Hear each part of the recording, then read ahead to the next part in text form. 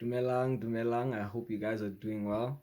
So yeah, God came to me and told me to tell you that the black man is a criminal. But wait, allow me to explain. Allow me to explain, right? So in this era, we're seeing a rise to power, an unprecedented rise to power, especially in West Africa, where we're seeing black people achieving a certain level of sovereignty, which means control of their resources, control of their culture, just the operations of daily life. You understand? Something that we haven't seen in the last 400, 300, 200, 100 years, depending on which time each kingdom was colonized, whatever. Right? That's what we're seeing. I need you to understand fundamentally, right?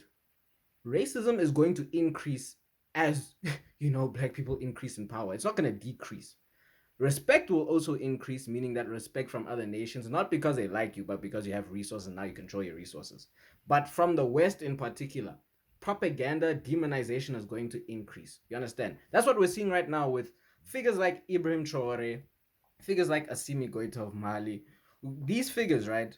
These men are doing absolutely well. They're doing everything for their people. In fact, they're among the most righteous presidents on the face of this earth with barely any crimes. They don't have any Epstein files going to islands, touching kids or anything. But guess what? They are black males. And unfortunately, propaganda of 400 years was spent on demonizing black men. Unfortunately, whether you like it or not, it is the situation. But what I'm going to try and convince you of, and I know a lot of people are not going to accept this, and it's fine, you can disagree with me, we can disagree. Racism is actually a null and void issue in your rise to power. Like if you're coming into power, it actually really doesn't matter. You know, people are really confused. Most boys, if they actually understand the situation, if they were to choose between racial equality and sovereignty, like those were two different options. Like you can be equal and you can be accepted, or you can run your own shit and be demonized. What are most black men gonna actually choose? You understand? Racism is not really an issue unless you're out of power. That's really it. Like, when was Zululand conquered? Like, because Zulu was conquered like in the 1900s. But before then, they were making racist propaganda about black people, especially in the Americas and the slave trade and whatnot. But when most kingdoms were still in power, from Ghana all the way down to Southern Africa, where we still had our kingdoms in power, black men didn't care that they were being like called K words or monkeys or whatnot, because you were in power. It didn't fucking matter. You might not like, people are gonna disagree with me. I know I'm about to get roasted in the comments, but it really didn't fucking matter at that time. And we're starting to see that kind of racism come from like the French media and everything are weaponizing the racial propaganda which they spent demonizing these black men who've come into power and said that we're going to change things and that we're going to reach sovereignty, right? But you see that these like Troy doesn't respond to racism because it's a null and void issue. He's controlling his country, he's controlling his resources. What does it fucking matter if you don't think he's a human? Like, what does it matter? You have to really understand, it's not about racial equality, dog. It's about just self-respect and sovereignty. Regardless if people think that you're a human being or not, it shouldn't really fucking matter. It only mattered because we were under subjugation. So this is what our ancestors thought, right?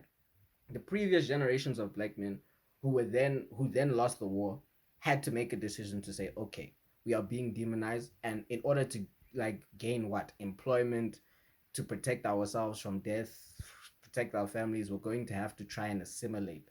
So they created this demonization of the black men, and then these black men now, because they're under the foot, they had to kind of assimilate and had to try and take themselves away from demonization. And this is how self-hate emerged. This is why gens started, straightening their hair, lightening their skin, learning to speak English with a twang. That was basically all of this, so that because proximity to whiteness was proximity to power at that generation, right?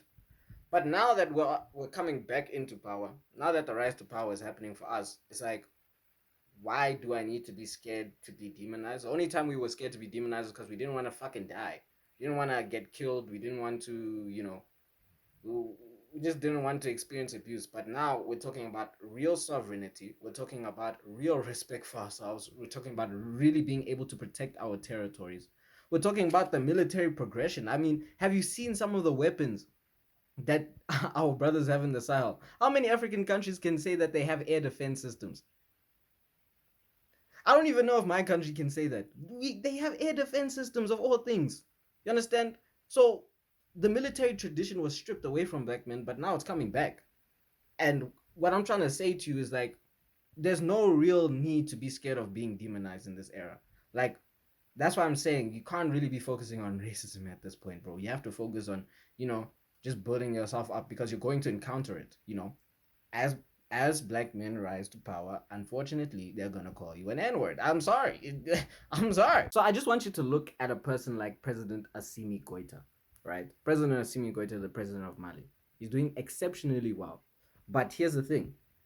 He fits what they call the true Negro stereotype and archetype. You understand? So the true Negro stereotype was a dehumanizing caricature or an understanding to say that all black people or the blackest of black people are those with broad noses, big lips, dark skin, fuzzy hair. That was the kind of thing to kind of like demonize us. To say that's a true Negro and you should be far away from that as possible, right? So our brothers fit that kind of stereotype at the moment, right? So it's very easy to dehumanize them, especially in the media, especially in Western media. You see the way they speak about them. Assimi Goita comes from a military family which has been protecting that country ever since the independence. But they won't call him that. They won't call him a general. They call him a junta. They call him a criminal. They call him whatever, because that's how far and how well this propaganda machine has done. Like that's how good of a job they've done at dehumanizing black men, right? So for me, why it's inspiring, why it's inspiring is because he's just doing him. Like he doesn't care. Like he understands that, hey, bro, I just need to come into sovereignty. That's it. Like I just need to come into power. I'm not here to negotiate with you my humanity or what you think about me. The guy's a really quiet dude, and I respect that. I respect that about him. So yeah, bro, I I really, really, really, really want people to understand that there is a rise to power happening. You might live in a neo-colonial area, you may live in a colonized area, but it's time for you to understand that your brothers are doing well. That's the one thing that we didn't understand during colonization, because we were split away from each other and we didn't have phones or anything. We didn't understand that, okay, this area is colonized, but at least other black people, okay, they've got their land back. Okay, this king is still in power. Okay, this king is happening, because it was information warfare. If you split black people up and it convince these black people that they're under subjugation and that's how it's gonna be, then you can prolong the subjugation. But if you tell black people like, hey, bruh, yeah, we are apartheiding you, but the king of Ethiopia is there, then, all these guys are independent. Imagine the way that we would have responded. I'm sure we would have come into independence even quicker. You understand? So now we have the internet. We don't have an excuse. We have the internet. We know what's cutting. We need to deal with our own self hate and our own mistrust of ourselves.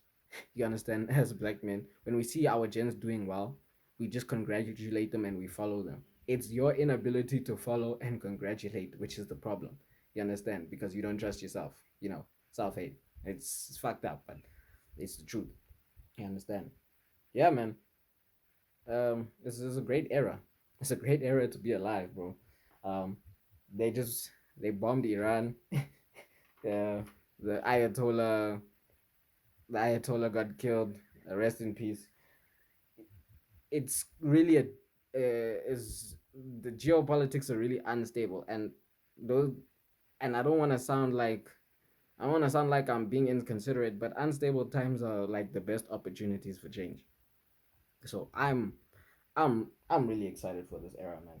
I'm basically saying, like, black man, just understand you're coming into power, bro. If you feel like you're not coming into power in your own personal capacity, or you don't understand what's cutting, I'll try and explain to you what's happening, especially in West Africa where the center of power is happening. I'll explain to you as best as I can, but you have to kind of build that self belief to say, I can replicate that. I can inherit that one day. What are we gonna do from here? That's basically me, dog. But yeah, I thought I would inform you on this.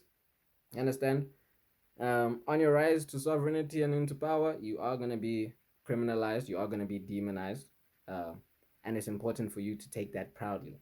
You know, the reason why we didn't want to take that was because there was like punishment involved and we couldn't defend ourselves, but now our defenses are coming back up, our pride is coming back up. So it's time to understand, bro. you know, the black man is a criminal, and yeah, sure, he's a criminal, and you're not gonna do anything about it because you were coming into power. Do something about it. Don't just sit here and demonize the boys. Go and do something about it. You see the way that, like the AES, really, Mali, Burkina Faso, Niger, when it comes to intelligence, they've got so many French spies locked up in prison at the moment. Like, they've been stopping coup after coup after coup. That's what I mean by you can't be scared anymore. I understand in the 60s when we just came out of colonization, of course they could just assassinate any leader that they wanted, bro. But now we're coming into power. So I don't understand. It's like really, really, really, you need to get out of that old mindset of thinking that everything's going to go down the drain. You understand? You have to have some kind of self belief. But anyway, I hope you guys have a good day. This was just a little rant from me. I hope you guys have a good day. And yeah, sure.